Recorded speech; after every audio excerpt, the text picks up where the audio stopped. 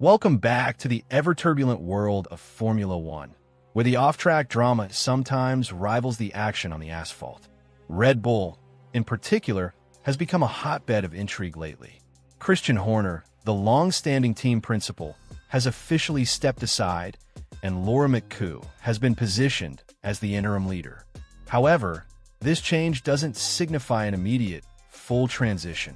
Horner has been removed from all Red Bull-affiliated entities, but McCoo has yet to formally assume the role.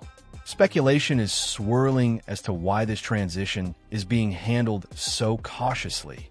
Some insiders suggest there could be further structural adjustments in the coming months, all designed to ensure Max Verstappen remains not just satisfied, but completely content, a clear indication that Red Bull is recalibrating for the long-term dominance of its star driver. While Red Bull is embroiled in internal adjustments, attention also turns to the global F1 calendar, where questions about race locations continue to dominate conversations. Take Malaysia, for instance. Formula One reportedly requires roughly €7 million annually to host a Malaysian Grand Prix. While some countries have the resources to meet such a fee, others simply cannot justify the expense. Economics, naturally, plays a decisive role. When demand for Grand Prix exceeds the number of available slots, the price rises, sometimes sharply. In Malaysia's case, the government's top sports official indicated that allocating €7 million to a single F1 race would be far less beneficial than investing in the development of thousands of local athletes.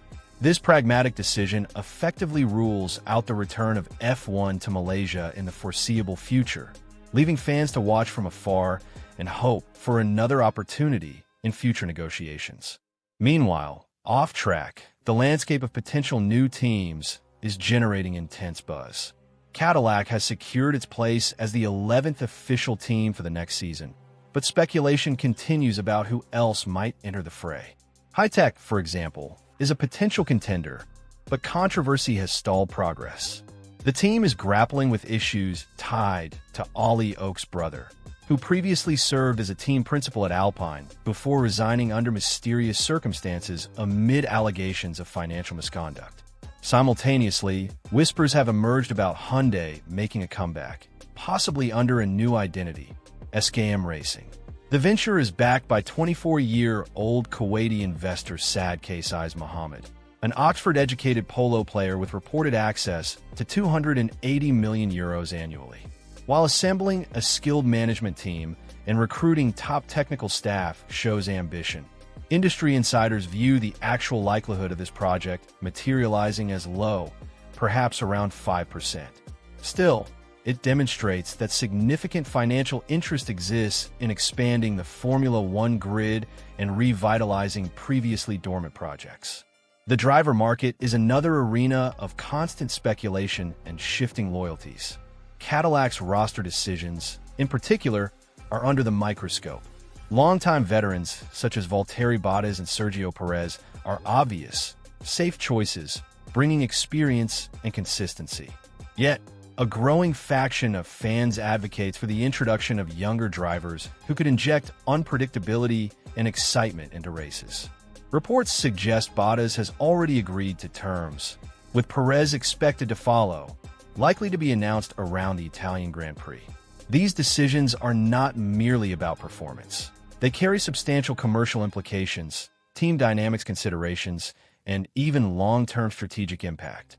Adding another layer of intrigue, a recent FIA regulation change has altered how old grid penalties are applied. Bottas had accumulated a penalty from his final race in Abu Dhabi 2024, which initially could have impacted his starting position in future races. However, the FIA now stipulates that penalties expire if not served within 12 months. This adjustment removes a potential obstacle for returning drivers, allowing teams to integrate them seamlessly without worrying about immediate competitive handicaps, a development that could prove critical in driver negotiations and race strategy. Elsewhere, Alpine's driver lineup is a hot topic. Franco Colapinto's future appears uncertain, with multiple sources suggesting he will not be behind the wheel in 2026. While mid-season reshuffles remain theoretically possible, Contractual obligations and sponsor considerations make significant changes unlikely. Alternative candidates, including Perez, Bottas, or emerging talents, are under consideration, but Alpine's Mercedes engine partnership further complicates decisions. Each potential move involves a delicate balance between talent, commercial appeal, and strategic fit, a chessboard where every decision carries ripple effects across the paddock. Meanwhile, the conversation around Lewis Hamilton continues to provoke debate. Mercedes acknowledges that the current generation of cars does not align seamlessly with Hamilton's driving style. The high downforce, ground effect machines demand a careful, measured approach, requiring drivers to operate at 95 to 98% rather than pushing to 100% to avoid destabilizing the car and overheating tires. Analysts note that Hamilton's adaptation, particularly in single-lap performance, has been challenging, though his long-run pace remains strong. Historically, Hamilton excelled in previous car generations where aggressive corner entry and oversteer control defined the limit. The evolution of car design, therefore, has imposed new demands, testing even the most experienced drivers. Looking forward, the next generation of Formula One cars promises adjustments that could favor Hamilton and others facing similar challenges. Reduced suspension rigidity, smaller, more agile chassis, and a slightly higher ride height could restore compatibility with traditional driving styles while maintaining competitiveness. The possibility of a more forgiving platform could reinvigorate not only Hamilton's performance, but also overall driver strategy, adding a new layer of unpredictability to the grid. Of course, adaptation and historical precedent remind us that challenges are never unique to one driver. Ferrari experienced severe bouncing issues in 2022, yet remained competitive, demonstrating that teams capable of engineering solutions can mitigate inherent difficulties. This context underscores that Hamilton's struggles, while noteworthy, are part of a broader narrative about technical evolution, driver skill, and strategic ingenuity in Formula One. The sport is as much about politics and finance as it is about speed, and the upcoming seasons promise to blend all these elements into a complex, ever-changing tapestry. Between team restructuring, driver contracts, emerging contenders, and technical evolution, fans can expect a blend of off-track intrigue and on-track drama. Whether it's Red Bull's internal shifts, Alpine's personnel decisions, or Hamilton's adaptation to new machines, the narrative of Formula One in the coming years will be as compelling as any race itself. Australia 2022 remains one of the most striking reminders of Formula One's unpredictable nature.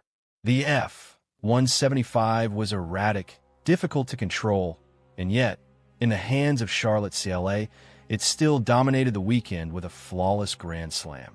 It's the kind of performance that highlights how even imperfect machinery, guided by a driver's skill and precision, could defy expectations.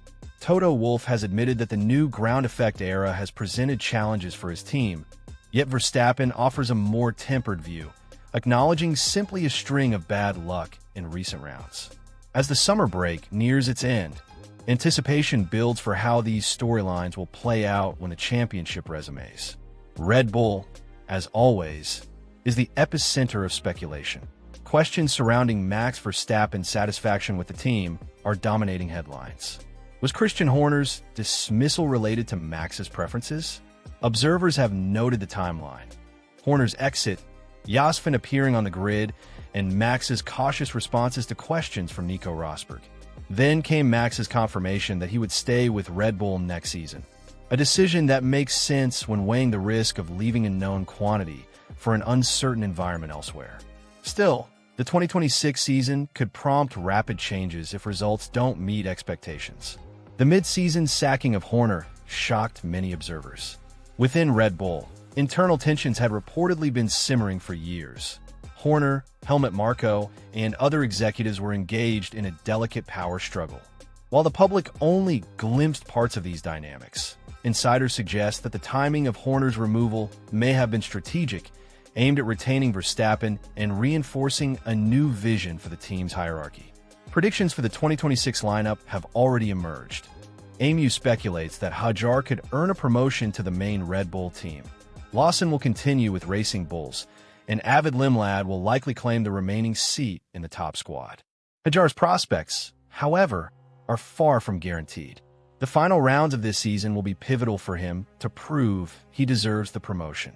While Hajar has shown maturity and composure beyond his years, the pressure is immense, especially with Lawson demonstrating improved competitiveness following Racing Bull's front-wing upgrades in Austria.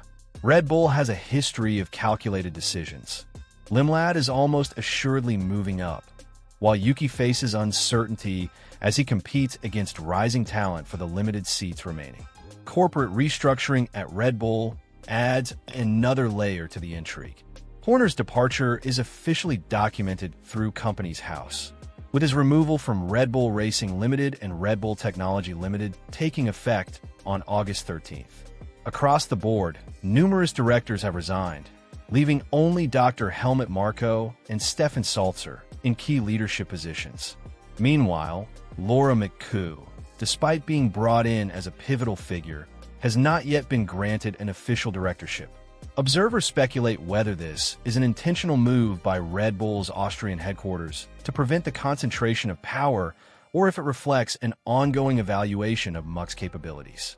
This approach aligns with historical precedent. Horner, too, did not immediately gain a directorship when first joining Red Bull. It was a role earned over time. The current structure, with Salzer and Marko holding formal authority while McCoo manages day-to-day operations, suggests a deliberate attempt to maintain a collective leadership ethos rather than concentrating decision-making power in a single individual. Sources indicate that this reshuffle is partly aimed at recapturing the team's original ethos, focusing on collective strategy, engineering excellence, and the car itself rather than overemphasizing one individual. From a driver perspective, the stakes could not be higher. Hajar, Lawson, and Yuki are all vying for limited opportunities. Hajar's maturity, emotional control, and consistency make him a strong candidate for promotion. Lawson, with recent technical improvements and a rising competitive profile, remains a threat. Yuki, meanwhile, faces uncertainty. His previous success with Honda no longer guarantees him a seat. Red Bull's decisions in the coming months will define not only the team's short-term performance, but also the career trajectories of its young drivers. Meanwhile, George Russell presents a curious anomaly in the current F1 landscape. Despite being a top-tier driver for Mercedes since 2020, he has never received the Driver of the Day accolade. In a sport where fan perception heavily influences such awards, it's remarkable that a driver with numerous podiums and wins has gone unrecognized. Whether this changes in future races, particularly after the summer break, remains to be seen, but it underscores how recognition in F1 is often influenced by factors beyond raw performance. The summer break provides teams with a crucial opportunity to recalibrate. Red Bull, in particular, must balance internal politics, driver performance, and strategic ambitions. Hajar, Lawson, and Limlad are all poised to compete at the top level, but only a few will secure the most coveted seats. The team's management must also navigate the absence of Horner, while ensuring Muck's integration into the leadership structure does not disrupt operations. How these dynamics play out could define Red Bull's trajectory for the 2026 season and beyond. Technical developments add yet another layer of complexity. Red Bull has long emphasized engineering excellence, but the transition into the ground effect era has required careful adaptation. Small upgrades, like the Racing Bull's front-wing modifications in Austria, can shift the competitive balance dramatically. Drivers who adapt quickly to these changes, both technically and psychologically, are often rewarded with more prominent roles within the team hierarchy. All of this converges into a high-stakes environment where decisions are never purely about speed on the track. They're about long-term strategy, talent management, and organizational culture. Red Bull's current situation illustrates the delicate interplay between corporate governance, driver performance, and technical innovation. Whether McCoo solidifies his role, Hajar earns his promotion, or Yuki find a path forward, the outcomes will ripple through the F1 ecosystem, shaping narratives, fan expectations, and the competitive order. As Formula One returns from the summer hiatus, fans should prepare for a season defined as much by off-track maneuvering as on-track drama. Red Bull's restructuring, the uncertainty surrounding key drivers, and the ongoing evolution of car technology promise a thrilling, unpredictable return to the grid. Every decision, from corporate appointments to technical tweaks, will reverberate throughout the championship, ensuring that 2026 begins with as much intrigue and suspense as any Grand Prix.